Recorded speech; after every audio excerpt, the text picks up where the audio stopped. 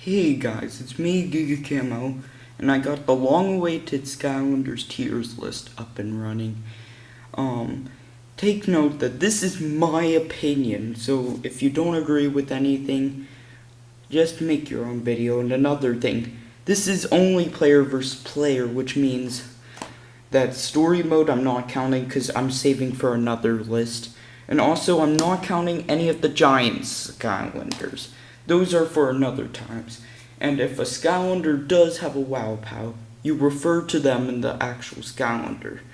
Because of what? And I'll tell you my personal opinion on them and how they function and my advantages. I'll start off with my whole least favorite in the series and move on to my favorite. Take note that this is in gameplay, which means some of my favorites might be at the bottom and some of my least favorites might be at the top. Well, anyways, let's begin. Number 32, Warnado.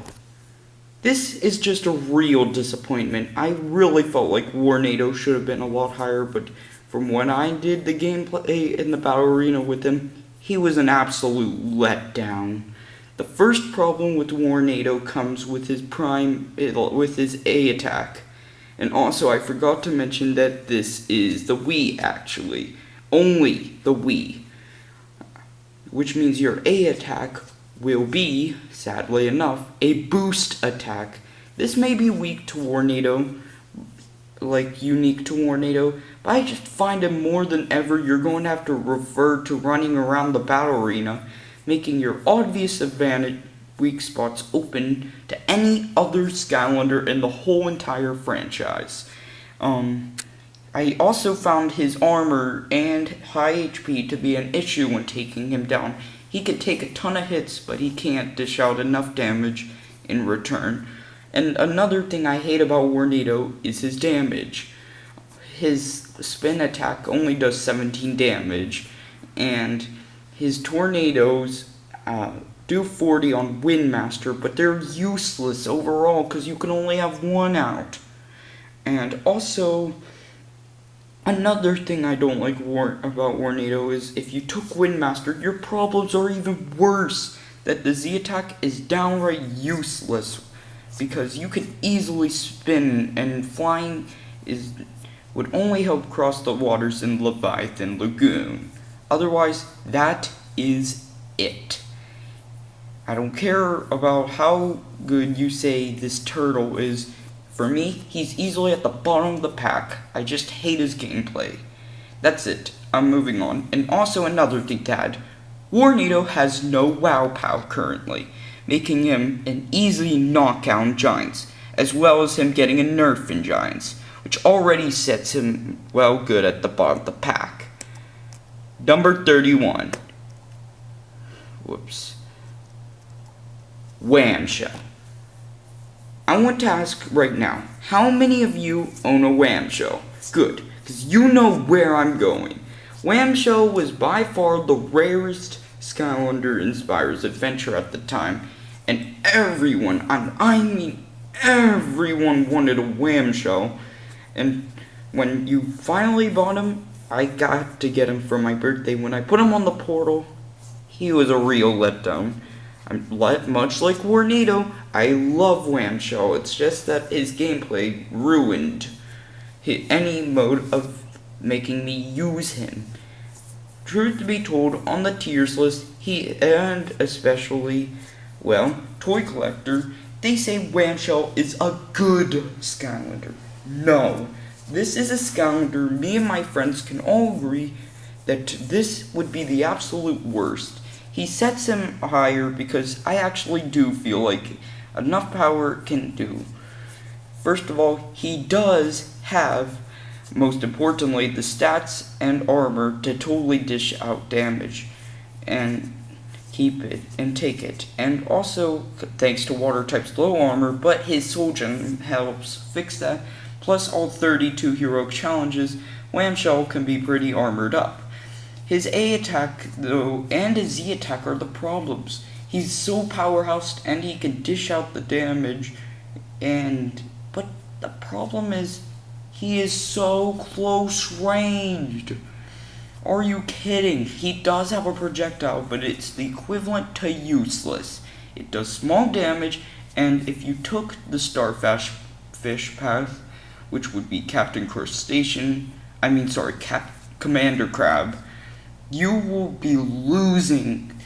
While it is a good spamming attack, the Starfish Nightmare attack only does a whopping 2 damage rapidly. You could charge up your Starfish and make him do more damage, but that was already enough because I was already turned away from Wham Shell.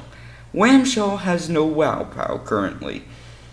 He's not going to be in Swap Force from what I can tell, because so far we haven't got info on it, and I'm pretty sure he isn't going to be confirmed anyways.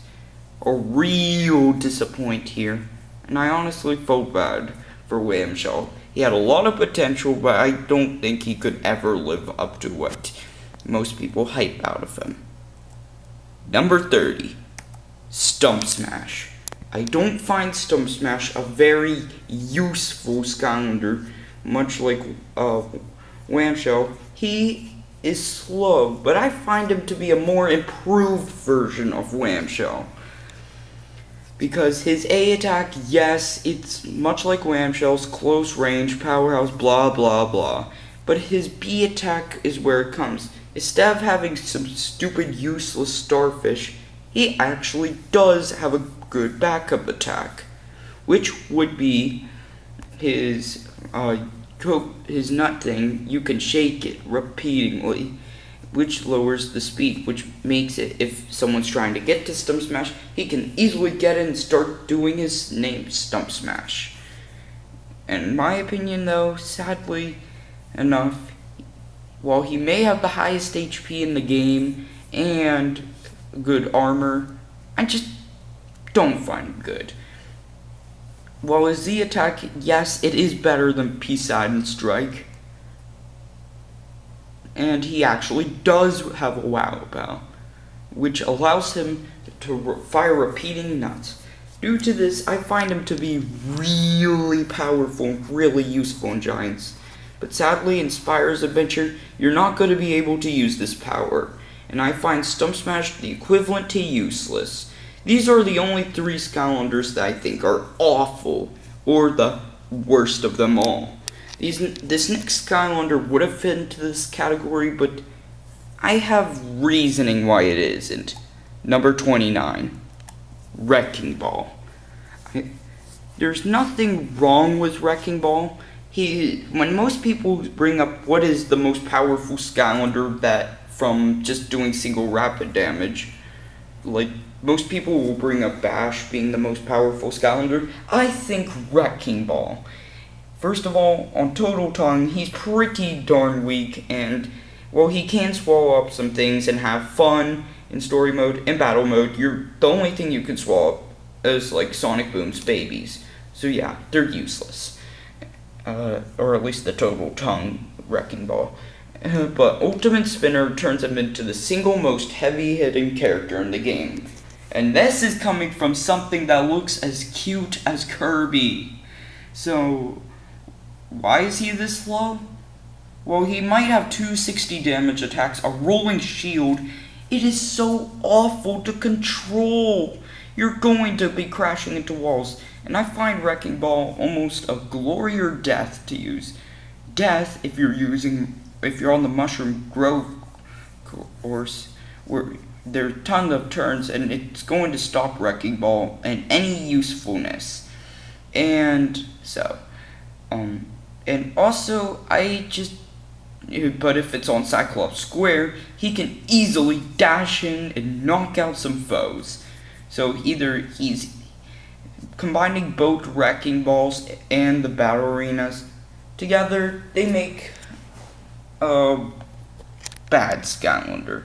I couldn't say he's good in any way, but he's not bad in any way. I just find the rest have more to offer. Number 28, Trigger Happy. The first of the adventure packs the first of the starter pack characters reach mine. For a while, Trigger Happy was actually a promising character. He was even on my top tiers, mostly because his attacks were rapid and were weak but could deal out a lot of damage in time because all of them but one were fast, and they could add up to be pretty powerful. And unlike Wrecking Balls, much like Wrecking Ball's Wow Pow, which by the way gives him a spinning force field ball thing, Trigger Happy actually is useful by turning his golden machine gun, also having a Yamato Blast. The problem? More than half of his attacks, can actually be interrupted. Most of them have long charge times, can easily be avoided or be interrupted.